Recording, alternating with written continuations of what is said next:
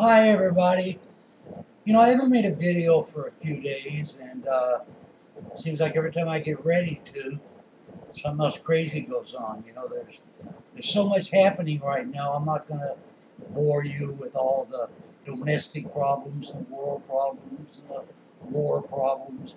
You're all just as aware as I am of what's going on. Um, what I wanted to talk about, I wanted to reiterate my philosophy: mellow out and get your priorities straight. I get an awful lot of comments and messages from people, and they're all saying basically the same thing. They want to do something. They want to make a difference. They want to see us all come together, and I begin to think about it. There are an awful lot of people waking up now. We see it every day. We hear all about it on YouTube and all. And in that, I think, is one of the reasons we're having a lot of the problems that we are. When people first wake up, just like we were, they're very angry. They're very frustrated. And they watch too much Alex Jones and Rush Limbaugh, Glenn Beck, David Icke, 100 different guys here on YouTube. And they don't really understand a whole lot of what's going on. That's one thing I enjoy about this channel. Most of the people that watch this channel are here for one reason. It's because they buy basically my philosophy that we need to mellow out. When this thing finally comes to a head, I think that many of the people that subscribe to this channel and other channels that look for people to be more aware, more calm, are going to make a lot more difference, bring a lot more comfort, give a lot better direction to these people than some of the people that are crying doom and gloom all the time. Unfortunately, you sometimes have to do that. You have to overemphasize the severity of the problem to get anybody's attention. And that's why they're waking up. I want to wake people up. We all want to wake people up. But, we've got some people that do a pretty dang good job of it. So my emphasis is not going to be on that anymore, trying to wake people up. What I do want to do, though, is when people say to me that they want to do something, they want to do it, I think we need to work within our community. The community is growing. The people that are in this quest, this search for truth, they can get all the information they want there. They can listen to all the blogs, all the different people talking about it, standing up on their soapboxes here. And they feel frustrated and they think, gee, well, what can I do? I think we have a tendency to underestimate our contributions. For the last 30 or 40 years, pyramid schemes have been a big deal. Did you ever stop to think, what would happen if you just woke up one person who in turn woke up somebody else? We'd have the biggest pyramid scheme in the history of mankind, and we might just really make a difference. But don't underestimate your contributions. If you can make it, you may just make a statement to somebody that sets them on fire. I may say the same thing and they don't pay any attention, but you may say it, makes sense to them. You may say it make a video. You may write something on a comment. You may talk to somebody down at the coffee shop.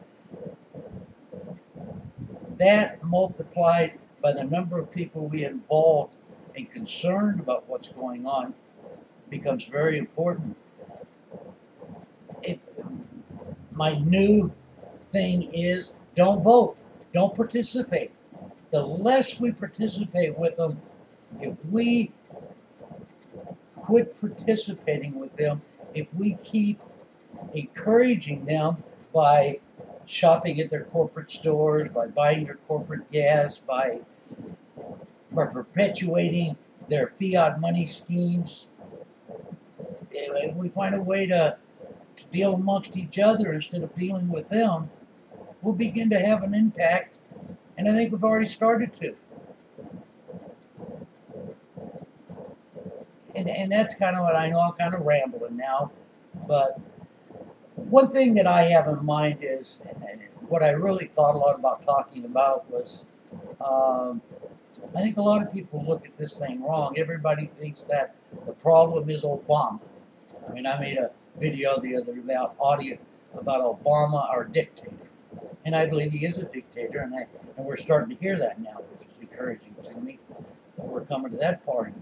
But most people are younger than me, and every time I hear the name Bush come up, they immediately think we're talking about Junior. I call him Junior Bush. We got Poppa Bush and Junior Bush. If you think about it realistically, if you go all the way back to when Gerald Ford took over for Richard Nixon, Gerald Ford really had no idea what was going on the international scene. But at that time, George Bush was becoming a real player. One of the first things that Ford did 35 years ago is he appointed George Bush to the ambassador to China. Shortly thereafter, he made him the head of the CIA. He worked in a number of different things. He became one of the chief advisors to Ford. Well, then, of course, we elected Jimmy Carter, who was a peanut farmer. He had no idea what was going on. So who's he going to go to? He went to the guy. George Bush was in his family is part of the international banking cartel. His father had been a senator back in the early 50s through the late 50s.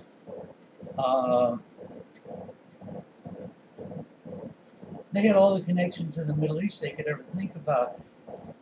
We later made George Bush the ambassador to the United Nations. And this was in,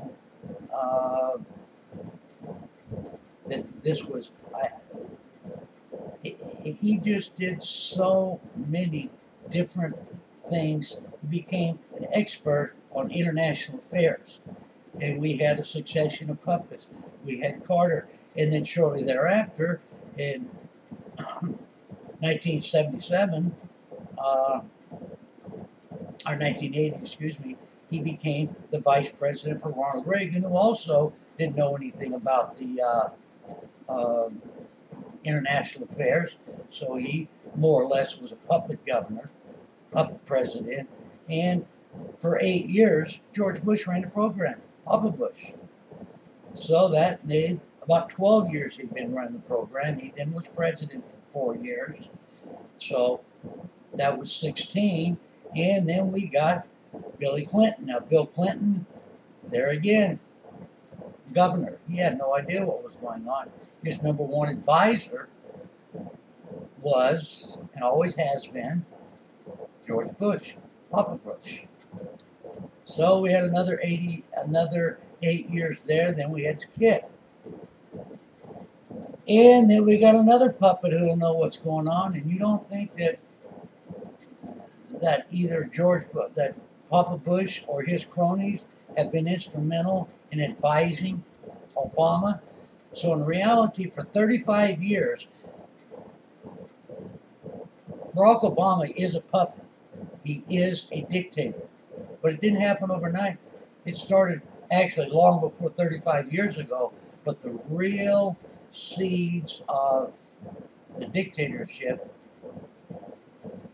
began 35 years ago, and it was spearheaded by Poppa Bush. If you remember, the first one to ever mention the New World Order was Poppa Bush. The last point I'm going to make is something that we don't think about, and I think we need to think about it. One of Poppa Bush's first orders was to institute Monsanto. We're all aware of Monsanto, and he got it approved. He was very instrumental in getting it approved that GMO foods would be introduced into our lives. Well, think about ancient origin Vietnam was developed by Monsanto. They then came up with Roundup, and what Roundup does is it kills stuff. And I submit to you to think about it for a minute. Monsanto has one agenda, and that's to kill things. We all know about depopulation. Do you ever think this cheap food that you buy, the GMO foods, are killing you? Killing your family? Killing your children? That's another conspiracy theory, but in my mind, and if you think about it, and you look at it real close, Monsanto is in the business of killing things. And I believe they're slowly killing us all. Anyway, those are just some thoughts. Good luck on what's going on.